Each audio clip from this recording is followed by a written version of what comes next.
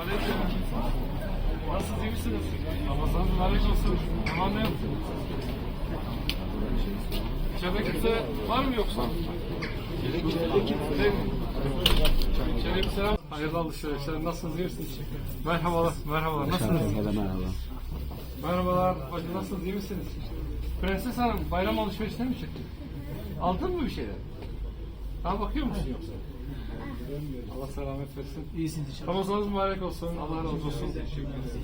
Bugün genç ilçemize misafiriz ve esnaf ziyaret edelim istedik. Hayırlısı inşallah. Var mı bir yeriniz, bir isteğiniz? Teşekkür Allah'a emanet olun. Kendinize iyi bakın. Hayırlı Ramazanlar.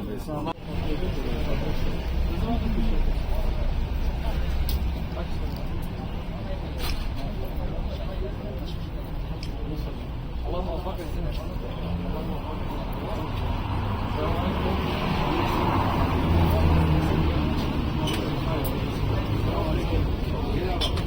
Nereden bir şey sıkılıyorum?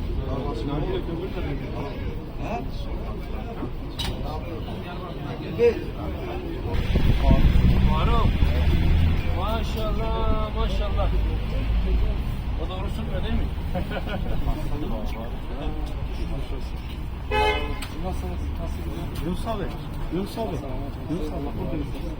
Bir eviniz var mı? Allah rahmet eylesin. Cümlemizin. Allah kabul etsin. Merhabalar, kolay gelsin. Nasılsınız, iyi misiniz? Teşekkür ederim.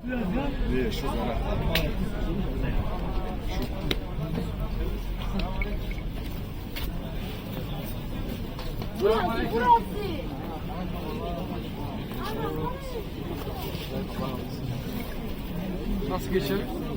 Başkanım direkt protokolü. Selamünaleyküm. Nasılsın? Aleykümselam. Silah kapıt var.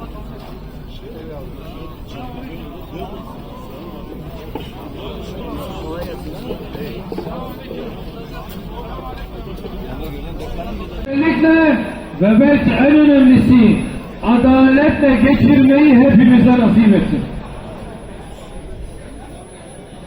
Bizi dinlerimizle, kimliklerimizle, aşiretlerimizle, memleketlerimizle kardeşlerim, Ramazanınız mübarek olsun. Rabbim tutmuş olduğumuz oruçları, yapmış olduğumuz ibadetleri dergâh-ı izzetinde kabul buyursun. Bizleri bugün bu iftar saatinde bir araya getiren genç ilçe başkanlığımıza ve ilçe teşkilatımızda görevli kardeşlerimize şükranlarımı sunuyorum. Sizlere bu davetimize icabet ettiğiniz için ayrıca hasreten teşekkür ediyorum. Rabbim bize böylesi mübarek ayları, böylesi mübarek günleri bahşetmiş ve bize mesajını her vesileyle hatırlatmıştır. Bizim hissemize düşen en önemli mesaj, kardeş olduğumuzu, bir olduğumuzu, birlikte olmamız gerektiğidir. Hangi kavme mensup olursak olalım, hangi dili konuşuyor olursak olalım, hepimiz Rabbimizin birer kulu, Rabbimizin muhatap aldığı birer varlık olarak biriz, eşitiz ve kardeşiz. Müminler ancak kardeşler düsturunu her vesileyle bizim bayraklaştırmamız gerekiyor. Çünkü biz dayanışmazsak, biz birbirimizi sevmezsek, biz birbirimize kol kanat germezsek, biz birbirimizin hakkına, hukukuna riayet etmezsek, bu dünyayı adil bir dünya yapamayız. Bu dünyayı, bu memleketi, bu toprakları huzurlu bir toprak, huzurlu bir vatan, huzurlu bir memleket yapamayız. Kıymetli oluruz, kıymet görürüz. Saygını kazanırız, aksi halde hep dönürüz, dolaşır, halimize çalışır.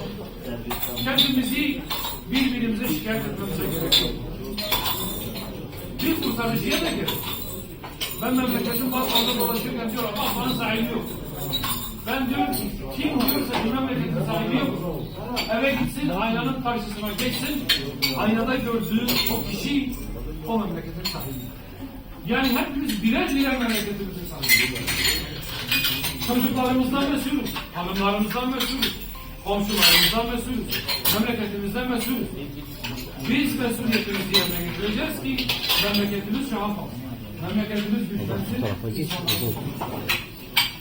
Şimdi son günlerde görüyoruz. Bir barış görüşmesi vesaire bir şeyler oluyor. İnşallah muvaffak da olur. Allah'a emanet olun. Selamünaleyküm.